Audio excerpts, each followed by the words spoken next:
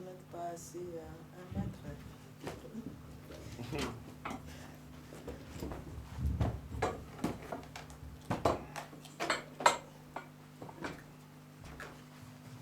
Alléluia.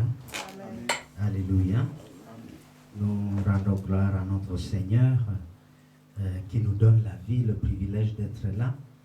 Parce que chaque jour nous apprenons le lot de ceux qui retournent vers notre Dieu et qui quittent ce corps, qui quittent cette planète pour retourner à cause de ce que Dieu a permis sur cette planète.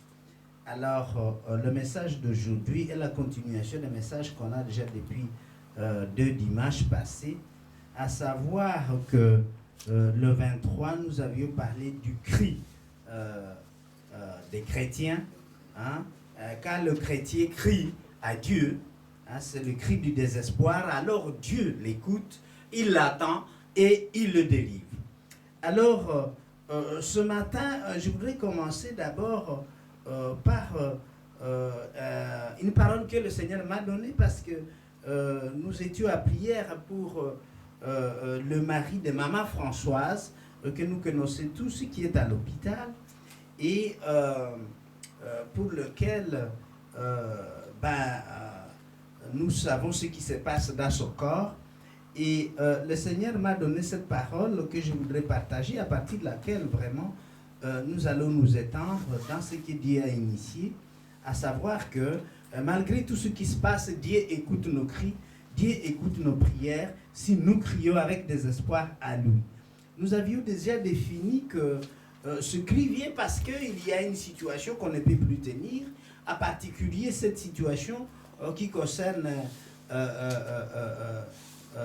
l'animal invisible qui affecte toute la planète. Et nous savons que beaucoup sont dans l'affliction, beaucoup sont touchés, et il y a aussi des gens qui quittent cette terre à cause de cet ébranlement résultat de cette pandémie. Alors je voudrais que nous allions, nous avons dit aussi que à cause de ce cri, Dieu fait quelque chose parce qu'il a un but. Tout ce qui arrive n'est pas l'objet des hasards, il résulte de la main permissive ou de la permission de Dieu. Car rien ne se passe sur la terre et dans l'univers sans que Dieu l'ait permis. Il n'y a rien qui échappe à Dieu. Ce corona n'est pas arrivé par la force du malin, mais il est arrivé parce que Dieu l'a permis. Alléluia. Et donc nous sommes ici pour comprendre pourquoi Dieu est en train de faire ces choses. Et pendant qu'il fait ces choses, qu'est-ce que cela nous apporte? Qu'est-ce que cela nous enseigne? Hein, la dernière fois, nous avons dit que dans la vie de Joseph, Dieu avait littéralement permis des événements que personne ne peut supporter. Hein, rejeté par sa propre famille à cause de ses rêves, il se retrouve dans un trou, péché par des passants, il se retrouve esclave, vendu dans un marché, et tout ça, c'est un bouleversement qui prépare quelque chose. Dieu a permis ces choses dans la vie de Joseph, comme il a permis tout ce qui arrive dans la vie des vivants sur la terre, pour un but bien particulier. Parce que Dieu ne fait rien au hasard. Dieu ne fait rien sans un but. Et donc dans la vie de Joseph, nous avons appris qu'il a commencé par passer par la vente comme esclave dans un marché public. Et donc chéri par ses parents, par son père en particulier, voilà où il se retrouve. Il ne l'a pas demandé. Le monde n'a pas demandé le coronavirus. Le monde ne l'a pas demandé. Et toute la cohorte des conséquences que cela a amené, personne ne l'a demandé. Et donc nous subissons ce que Dieu a permis. Et pourquoi Dieu fait-il cela? C'est ça la question. Nous apprenons à travers l'histoire de Joseph qu'il commence par une première classe qui est la classe de servants dans la maison des dignitaires égyptiens. Tout en faisant parfaitement son travail, tout en accomplissant ses tâches, il va se retrouver devant une injustice. la femme de son patron va vouloir abuser de lui. Une chose qu'on ne voit pas couramment, mais voilà ce qui se passe pour cet homme qui avait les principes et les vertus de Dieu. Accusé injustement, il se retrouve dans la deuxième classe qui est la prison. Dans cette deuxième classe, il va continuer à servir au point où il sera nommé chef des prisonniers. Et nous avons appris que tout ça ne s'est pas passé pour rien.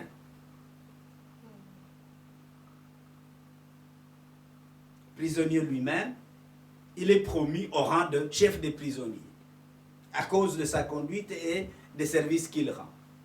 De la même façon qu'il venait d'être élevé au rang de gestionnaire de la maison de Potiphar. Mais sa femme, la femme des pasteurs, a cru que Joseph pouvait aussi être gestionnaire d'elle-même. C'est que Joseph a refusé. Accusé injustement, nous remarquons qu'il garde une vertu que beaucoup d'entre nous n'ont pas. Il ne s'est pas plaint. Il n'a pas introduit une accusation à Pharaon pour dire la femme de ton fonctionnaire m'a insulté, voilà, je me suis retrouvé injustement en prison. Il ne s'est jamais plaint. Il n'a pas engagé un avocat pour qu'on puisse le défendre. Même Dieu ne l'a pas défendu. Il y a des choses que nous pouvons subir dans la vie, mais même Dieu n'interviendra pas. Parce que, justement, qu'est-ce que Dieu est en train de faire? Il est en train de former le caractère de cet homme. À prison, qu'est-ce qu'il fait? En devenant prisonnier, il voit la difficulté, l'aridité de la vie et il se confronte au monde des brigands, au monde des voleurs, au monde des gens qui ont été faire des actes qui sont répréhensibles. Il apprend à dominer sur ceux qui ne sont pas en ordre. Parce que Dieu le prépare à quelque chose. Là encore, une injustice est commise contre lui.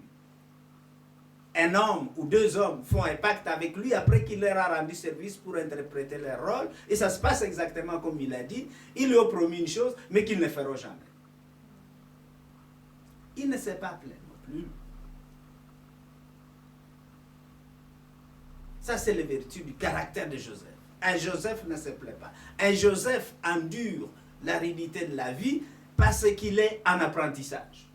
Il apprend à dominer en prison pour être maître des situations difficiles, des personnes difficiles. Le rôle des leaders, c'est aussi de gérer des gens compliqués, comme les prisonniers. Il apprend à maîtriser ces gens quand ils se révoltent. Ne sachant pas qu'il allait gérer tout un pays qui contient des dizaines et des dizaines de prisons et de prisonniers. Donc il est à l'exercice. Parce que le pharaon va s'asseoir et dit, tu gères non seulement le pays, mais tu gères aussi l'économie du pays. Donc à prison, il doit veiller à ce que chaque prisonnier mange. Donc il gère l'économie de la prison, n'est-ce pas?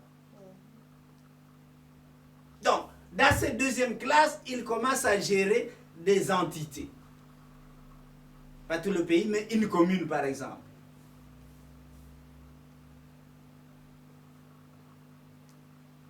Et une fois prêt, il sera propulsé à la tête du pays pour pouvoir le gérer. Et donc, Dieu avait le but de l'amener dans toutes ces zones-là, dans toutes ces classes, afin qu'il soit formé et qu'il soit capable, justement, de gérer des entités encore plus grandes.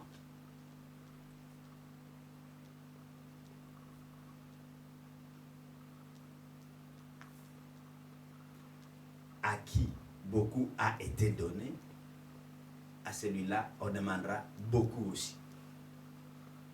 On lui donne tout le pays et l'économie du pays. Il passe de pauvres prisonniers à homme le plus riche du pays, n'est-ce pas? Capable de donner autorité sur tout ce qui se passe dans le pays. Et il donne la capacité au pays de prospérer.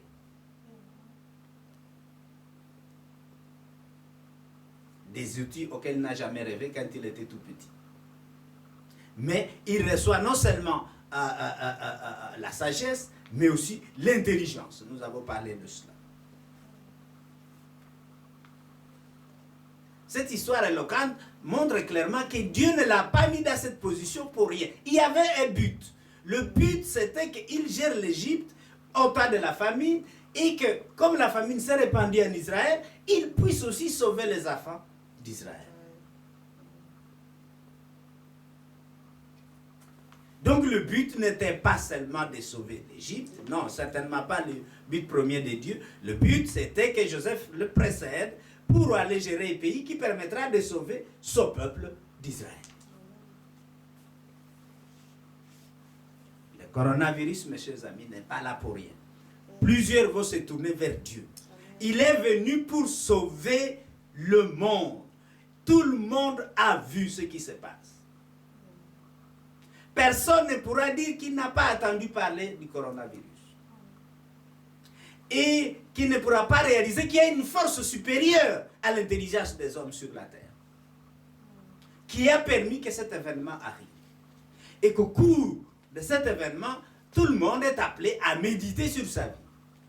Tout le monde est appelé à réaliser que le monde n'est pas aussi fort ou la technologie n'est pas aussi forte que nous le croyons. Le monde, mes chers amis, s'est confié dans son intelligence et dans sa science. Et a abandonné qu'il existe un être suprême qui contrôle tout cela. Dieu ébranle le monde pour que le monde se rende compte qu'il n'y a pas que la technologie. Et que quand bien même elle est là, elle est suffisante pour sauver le monde maintenant, au moment où nous parlons. Beaucoup de nations puissantes sont embarrassées. Les équipes des autorités de ces nations n'y arrivent pas. Et nous, les enfants de Dieu, nous nous sommes tournés vers lui. Parce que nous savons qu'au milieu de la détresse, Dieu est là. Au milieu de ce corona, Dieu est là. Beaucoup tombent malades, plusieurs sont guéris. D'autres ne le sont pas. Parce que Dieu connaît qui va rester pour continuer à témoigner de la grandeur et de la gloire de Dieu. Et donc je disais, je priais pour l'époux de notre sœur Maman Françoise, que nous connaissons tous, et Dieu m'a donné ce verset ici, Psaume chapitre 12. Psaume chapitre 12.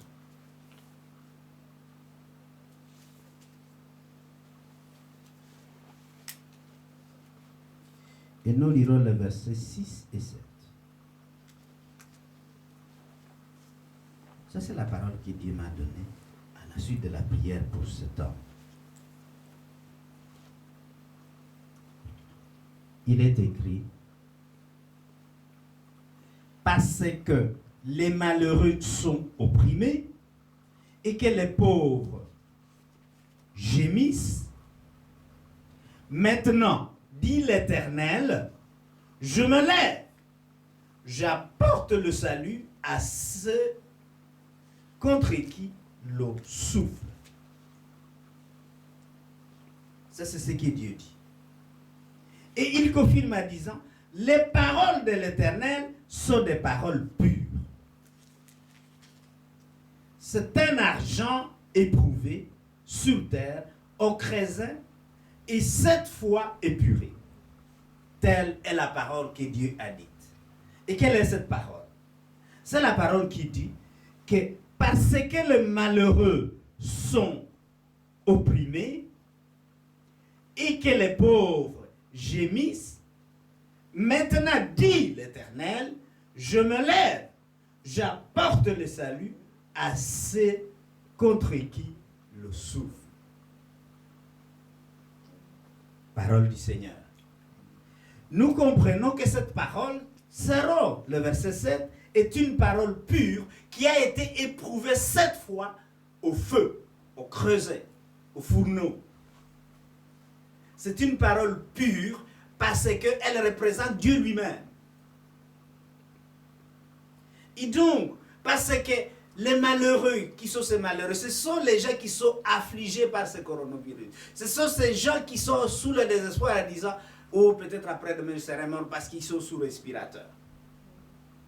Ce sont ceux qui, ayant été infectés, commencent à avoir des difficultés pour respirer.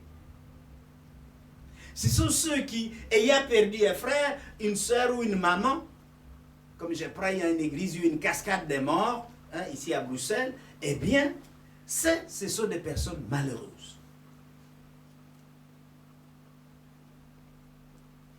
Ceux qui restent en laissant les enfants, par exemple les parents qui laissent les enfants.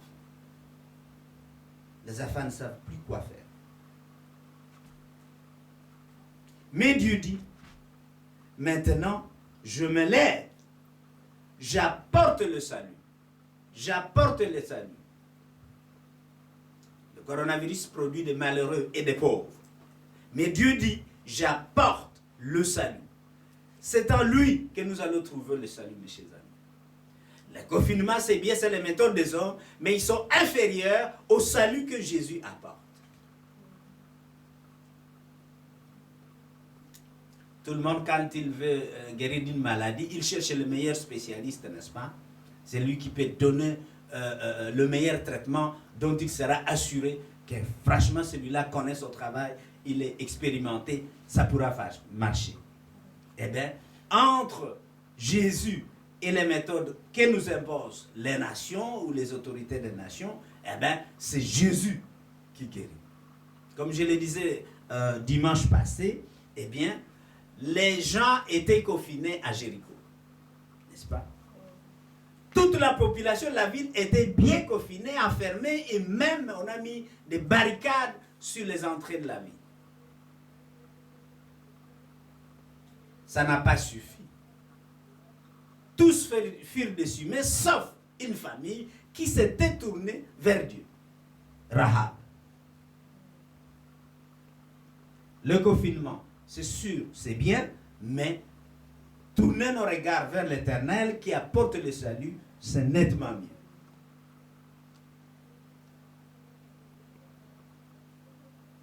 Nous soutenons notre sœur Françoise parce que nous savons que le salut de Dieu vient. Ça, c'est la réponse. La situation peut paraître malheureuse, mais l'Éternel dit, j'apporte le salut à ceux contre qui le souffle. Et qu'est-ce qui souffle? C'est ce virus qui est en train de souffler, qui est en train de détruire beaucoup de familles.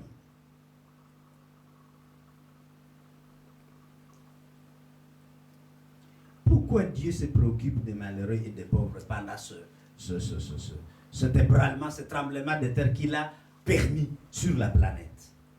Pourquoi il fait cela? Si nous lisons le même psaume au chapitre 9 et nous lisons le verset 10, psaume chapitre 9 verset 10, et là il est écrit, l'Éternel est refuge pour l'opprimé. Nous avons vu que le malheureux et le pauvre sont opprimés, n'est-ce pas? Eh bien, si Dieu donne le salut, c'est parce qu'il ne peut pas se contredire.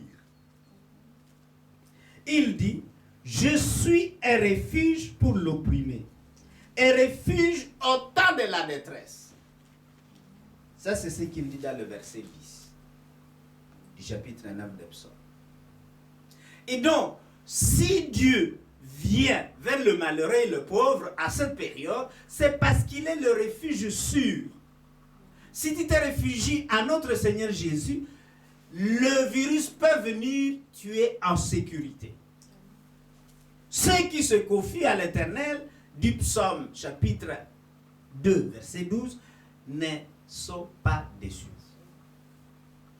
Et donc, l'Éternel dit de lui-même qu'il est le refuge pour les opprimés. Or, le malheureux et le pauvre sont oppressés.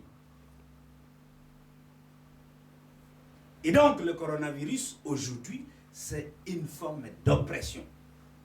C'est une forme d'oppression que subissent plusieurs gens. Ils deviennent malheureux, ils deviennent pauvres à cause de cette oppression. Mais il y a plusieurs formes d'oppression selon la parole de Dieu.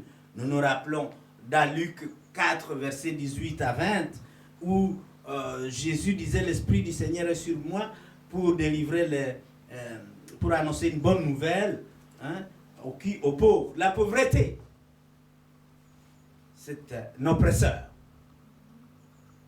Quand tu as plein de dettes, tu es opprimé. Tu ne sais pas dormir à paix. Tu n'as pas la paix. Pour guérir les maladies, eh bien la maladie, c'est une oppression. Ne pas se sentir bien de son corps, c'est une oppression.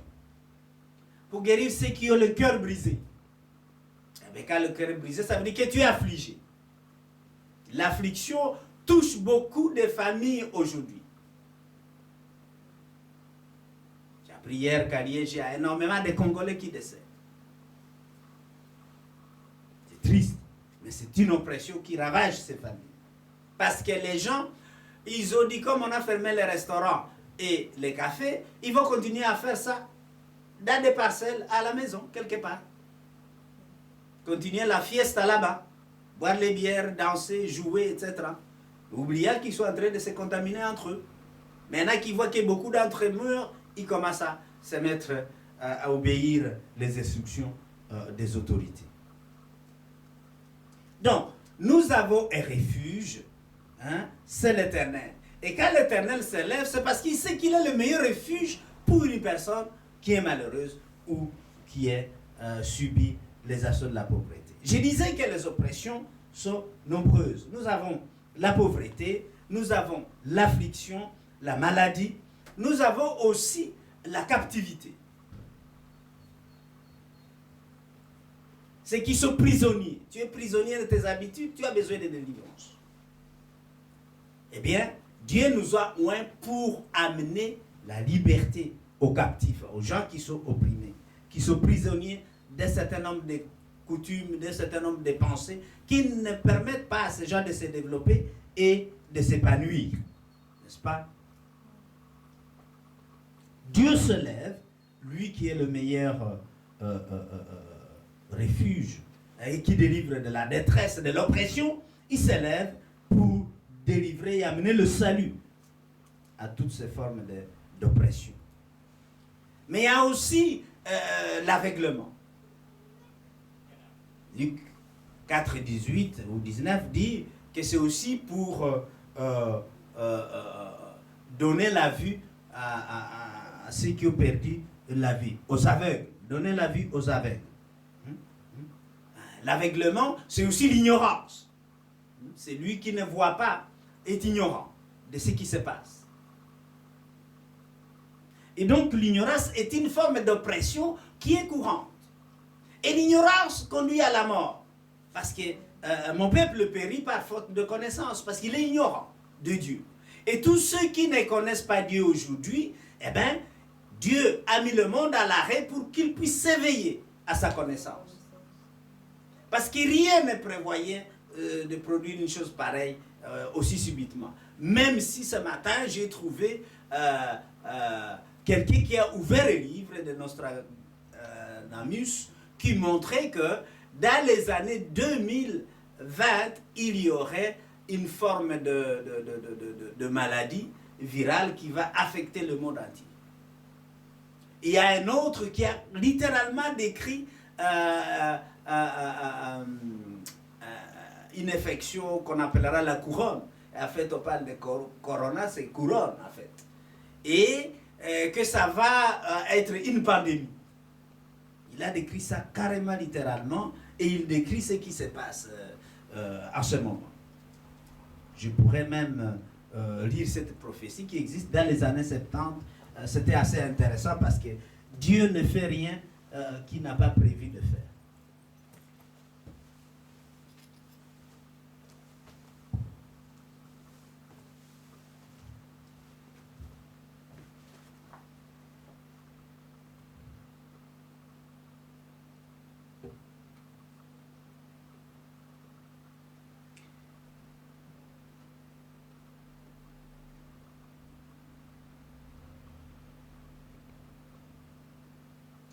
Et donc, dans cette prophétie qui a été écrite dans les années 1555, mes chers amis, Dieu permet aux gens de voir loin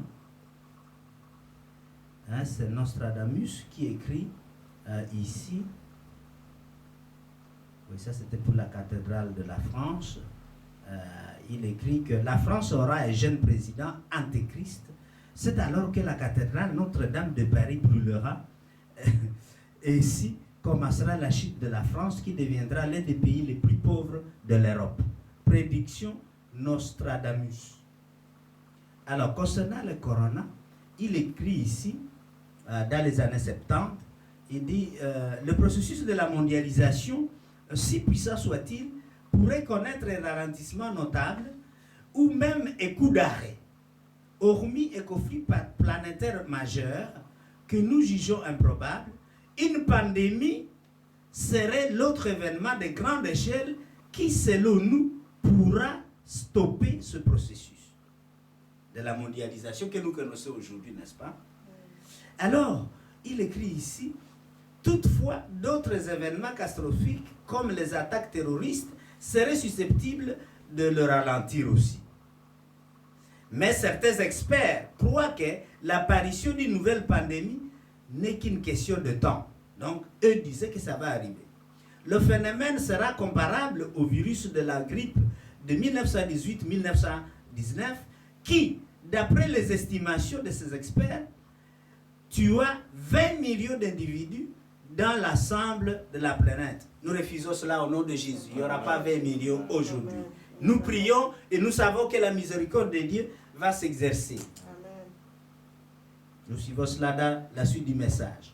Alors, il dit ici, dans les mégalopoles du monde, à voie de développement, alors il dit, d'après les donc, dans les mégalopoles des pays à voie de développement dotés de médiocres systèmes de santé en Afrique subsaharienne, en Chine, en Inde, à l'époque la Chine et l'Inde n'étaient pas aussi développées, Bangladesh ou Pakistan, une telle pandémie serait dévastatrice et risquerait de se propager rapidement sur toute la surface du globe.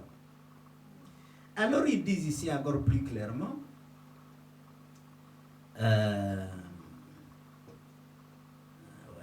ils disent si la maladie pandémique se déclare, ce sera sans doute dans une zone à forte densité de population, de grandes c'est pas clair, de grandes proximités entre les humains et les animaux. Vous voyez comment il prévoyait déjà, hein? Et comme il en existe en Chine, ils le disent carrément, et dans le sud-est asiatique où les populations vivent au contact du bétail. Vous voyez comment c'était déjà à l'époque? Des pratiques d'élevage non réglementées favoriseraient la circulation d'un virus connu comme les HSN1 parmi les populations animales,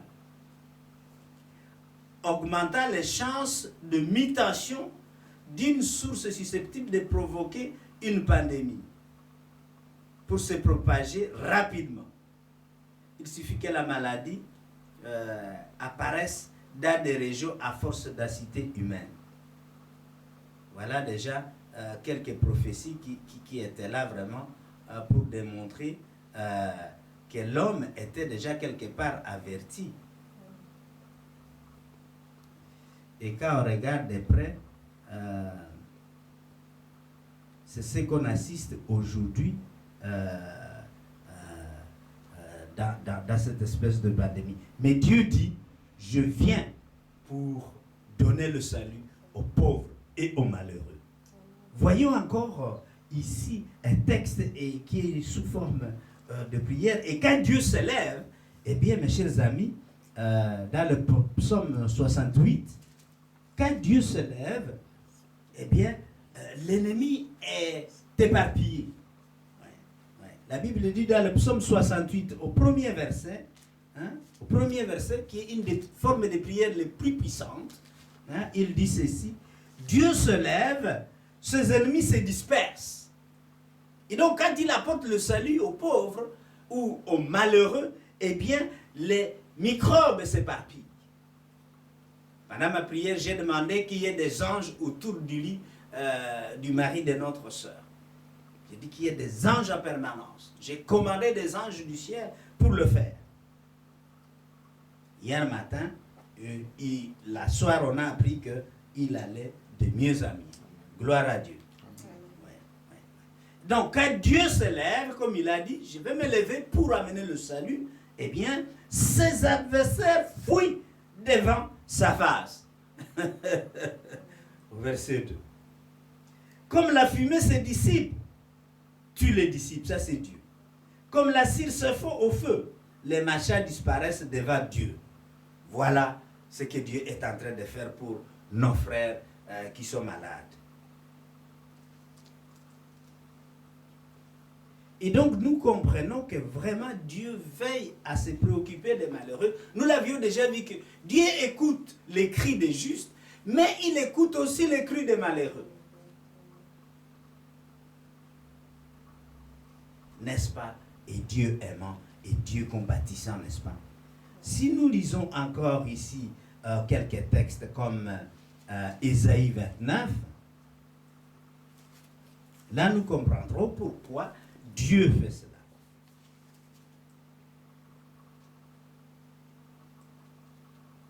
Non, d'abord, nous allons d'abord encore Ésaïe 29 pour nous conforter dans la situation de détresse actuelle. Nous savons que Dieu est avec nous. Alléluia. Nous savons qu'il est avec nous. Il ne nous a pas abandonnés. Il est au milieu de la détresse parce qu'il est chez qui il faut se réfugier. Il n'a jamais dit qu'il n'y aura pas de détresse. Hein, comme nous avons appris, les justes sont souvent attaqués, hein, mais Dieu les délivre toujours. Et il ne laisse aucun de ses eaux. Ils seront guéris et restaurés complètement. Complètement. Ne seront pas estropiés ni avec des déficiences. Non, ils seront rétablis complètement. Alors, Ésaïe 29, nous allons lire le verset 19. C'est toujours les malheureux et les pauvres dont je parle aujourd'hui, parce qu'aujourd'hui, la grâce de Dieu se manifeste. Jésus passe dans le stade de Rameau, avant qu'il puisse se sacrifier dimanche prochain, hein, dans la commémoration du Pâques, qu'il puisse se sacrifier pour le monde entier. Eh bien voilà, il vient au secours des opprimés que nous avons cités, il vient au secours des pauvres.